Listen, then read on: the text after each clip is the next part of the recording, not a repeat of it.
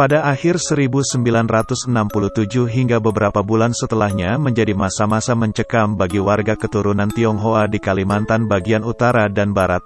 Terjadi pengusiran dan pembantaian massal. Ribuan orang peranakan Tionghoa tewas dan puluhan ribu lainnya terpaksa mengungsi dan tak sedikit yang mengungsi pun meregang nyawa. Jauh sebelum peristiwa kelam itu, sebelum wilayah yang dekat dengan perbatasan Malaysia ini tercemar aroma politik, warga Dayak dan kaum peranakan Tionghoa hidup damai dan berdampingan. Bahkan, kedua etnis berbeda tersebut sudah menjalin ikatan persaudaraan yang kuat. Namun, semua itu berubah. Hubungan harmonis antara warga Dayak dan Tionghoa itu sirna setelah terjadinya gerakan tanggal 30 September tahun 1965. Citra Presiden Soekarno merosot karena dianggap membela Partai Komunis Indonesia. Di sisi lain, pengaruh Soeharto kian menguat dan menyerukan pembersihan total terhadap mereka yang dituding terlibat gerakan tersebut. Gelombang politisasi yang panas di tingkat nasional akhirnya sampai juga ke Kalimantan bagian utara atau yang dulu masih termasuk wilayah Kalimantan Barat. Ini akhirnya berbuah peristiwa yang kelam dalam sejarah Indonesia, peristiwa pembantaian Mangkuk Merah. Pihak tentara disinyalir berada di balik peristiwa yang terjadi pada 1967.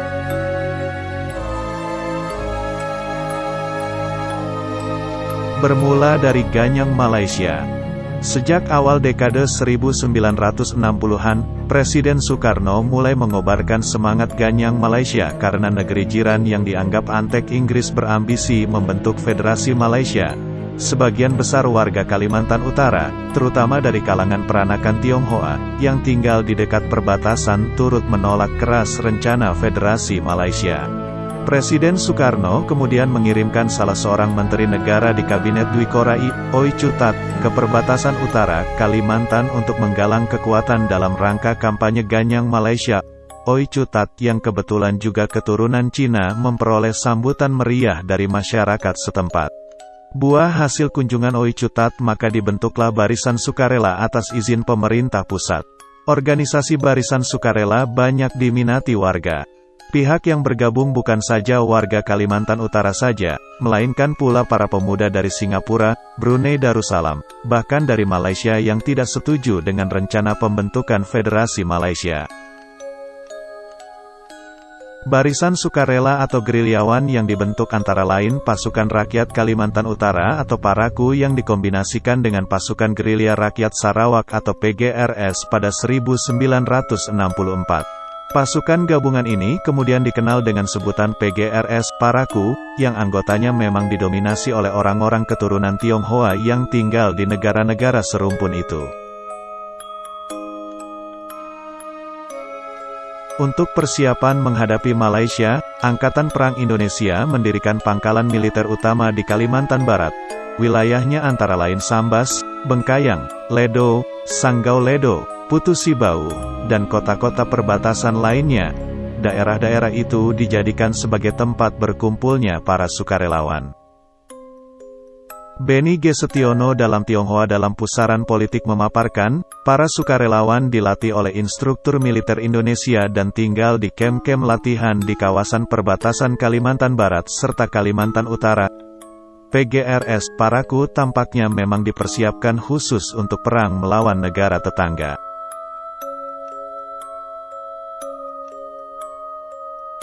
Namun, kampanye kontra Malaysia pada akhirnya justru menguap. Memanasnya situasi dalam negeri Indonesia seiring terjadinya peristiwa G30S 1965 membuat Soekarno berada di ujung tanduk. Angin politik pun berganti arah. Kubu komunis yang semula bergerak leluasa menjadi terjepit dan mendapati masa-masa paling suram. Soeharto yang berhasil mengendalikan kuasa mengerahkan seluruh jejaring negara untuk mengganyang PKI sampai ke akar-akarnya. PGRS PARAKU pun kena imbasnya. Militer yang mulai meninggalkan Soekarno pun mendapat momen tepat, menggerakkan massa Dayak untuk membasmi PGRS PARAKU, termasuk ribuan peranakan Tionghoa yang sebenarnya tidak terkait atau bahkan tidak tahu menahu atas persoalan ini.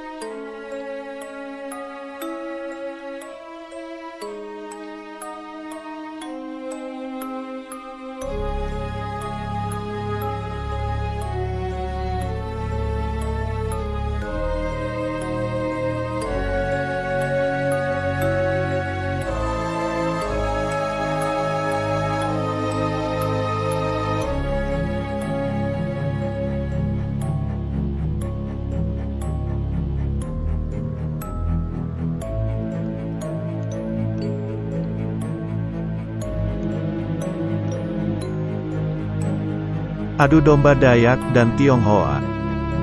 PGRS Parakou yang sebelumnya dibentuk atas izin Soekarno, menyasar militer Indonesia lantaran terus diburu dengan tudingan pro-komunis. Pertengahan Juli tahun 1967, kaum gerilyawan menyerbu lapangan udara TNI AU di Singkawang dan Sanggau Ledo, Kalimantan Barat.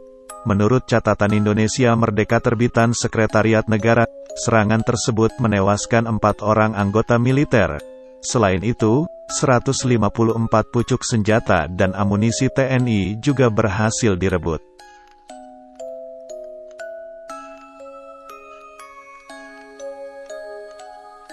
Namun, upaya militer untuk membalas para gerilyawan mengalami kesulitan.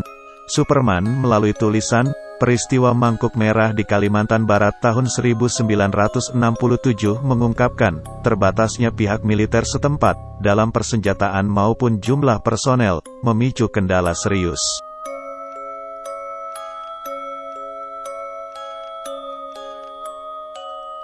Di sisi lain, pihak gerilyawan PGRS Parakou mendapatkan bantuan dari kaum pedagang perantara di pedalaman.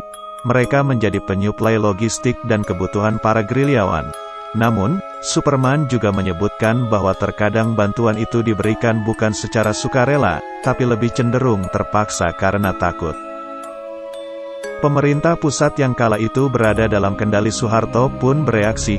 Ancaman PGRS Parakou yang diduga berbaur dengan kelompok komunis dirasa sudah amat mengkhawatirkan, sehingga diputuskan segera pengiriman pasukan bantuan. MD Laode dalam Politik Tiga Wajah mencatat, setidaknya ada 9 kesatuan militer yang diperbantukan untuk membasmi PGRS Parakou dalam rangkaian operasi sapu bersih. Kondisi mulai mengarah kepada ancaman konflik SARA. Terjadi pembunuhan orang Dayak yang belum diketahui pelakunya di daerah Ledo, Seluas, Pahuman, Bengkayang, dan hampir di seluruh wilayah yang terdapat komunitas etnis Cina. Situasi ini, papar Superman, dimanfaatkan oleh pihak militer untuk menjadikan PGRS Parakou sebagai tersangka pelaku pembunuhan. Aroma politisasi sangat kental dalam konflik di Kalimantan Barat dan Utara kala itu. Masyarakat Dayak yang sudah telanjur murka kemudian bertekad untuk membalas dendam, dengan dukungan penuh dari TNI yang juga menghendaki pembasmian gerilyawan PGRS Parakou. Sehingga tragedi berdarah yang dikenal sebagai peristiwa Mangkuk Merah akhirnya terjadi. Tragedi berdarah Mangkuk Merah. Memanasnya relasi masyarakat Dayak dengan warga keturunan Tionghoa di Kalimantan bagian utara dan barat dimanfaatkan betul oleh aparat. Militer pun meminta dukungan dari mantan gubernur Kalimantan Barat sekaligus tokoh yang sangat disegani oleh masyarakat Dayak, Yohanes Chrysostomus Ufaang Oerai. Seperti diungkapkan Superman, orang-orang Dayak diimbau ikut berpartisipasi bersama tentara untuk menumpas PGRS Parakou. Militer melakukan propaganda dengan menyebarkan isu bahwa orang-orang komunis tidak menyukai sistem adat Dayak. Para panglima dari kalangan orang Dayak direkrut dengan dalih PGRS Parakou akan menguasai Kalimantan Barat.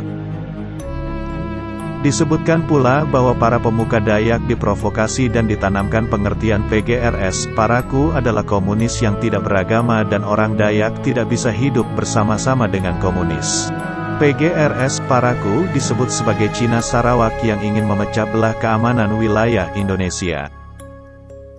Melalui siaran radio Republik Indonesia RRI Pontianak pada tanggal 21 September tahun 1967, Yohanes Chrysostomus Ufaang Oerai mengultimatum kepada warga peranakan Cina untuk meninggalkan wilayahnya dan pindah ke kota kecamatan terdekat. Pada tanggal 11 Oktober tahun 1967, diumumkan kepada seluruh kepala kampung agar menghadiri pertemuan besar dan bersiap-siap melakukan apa yang disebutnya gerakan demonstrasi.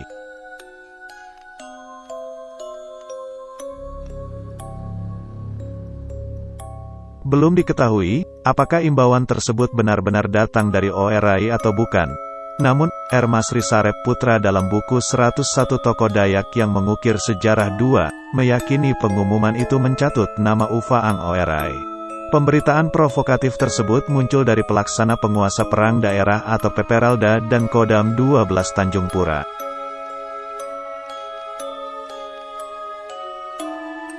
Di luar persoalan intrik politik yang sangat mungkin terjadi kala itu, masyarakat Dayak di sana sudah tersulut. Tradisi mangkuk merah, yang merupakan simbol dimulainya perang dalam tradisi Dayak pun disiapkan. Jamie Setiawan dan Winston Neil Rondo dalam Merah Putih Tergadai di Perbatasan menjelaskan, mangkuk merah dipakai untuk media persatuan suku Dayak bila merasa kedaulatannya dalam bahaya besar. Panglima suku biasanya mengeluarkan mangkuk merah yang berisi arang, daun juang, bulu ayam, dan darah babi, untuk diedarkan dari kampung ke kampung secara cepat. Seorang tokoh Dayak yang menjadi salah satu narasumber dalam buku In the Time of Madness, Indonesia on the Edge of Chaos atau Zaman Edang karya Richard Lloyd Parry mengatakan, mangkuk merah digunakan untuk memanggil orang-orang. Itu adalah simbol komunikasi yang digunakan selama masa darurat. Ketika seorang membawanya dari satu suku ke suku lain, itu berarti, datang dan bantu kami.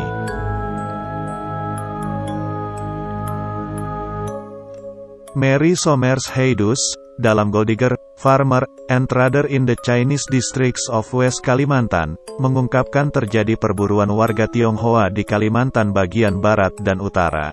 Pasukan Dayak menyisir satu demi satu wilayah permukiman warga peranakan Tionghoa. Salah satunya pada akhir Oktober tahun 1967 yang menyasar wilayah Anjungan, Mandor, dan Menjalin.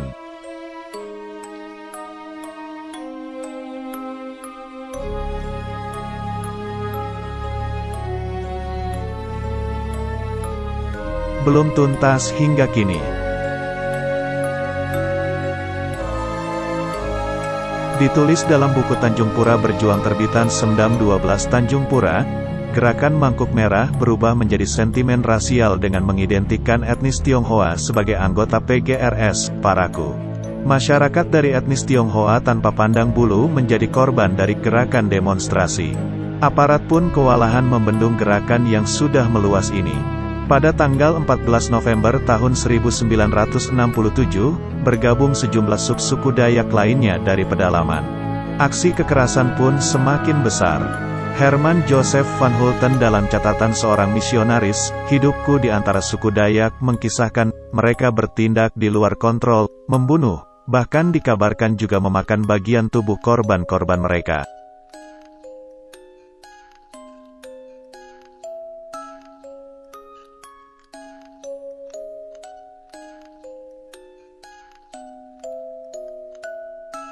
Sepanjang pekan-pekan berikutnya, terjadi rangkaian pembantaian massal yang banyak menelan korban jiwa.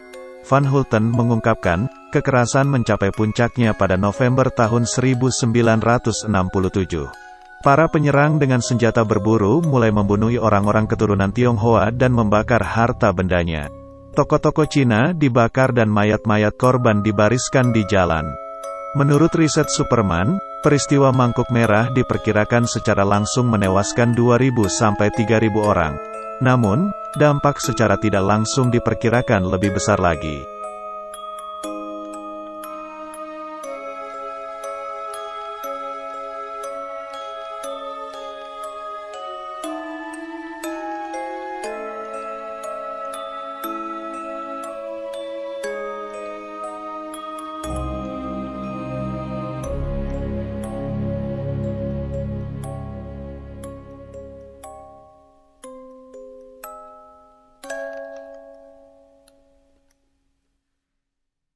Dampak secara tidak langsung itu adalah terjadinya gelombang warga peranakan Cina yang mengungsi.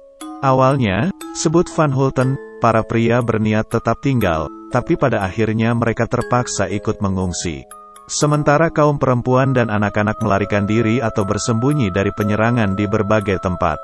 Diperkirakan, antara 50.000 sampai 80.000 orang Tionghoa bergerak menuju pesisir Kalimantan Barat, yakni ke Pontianak dan Singkawang.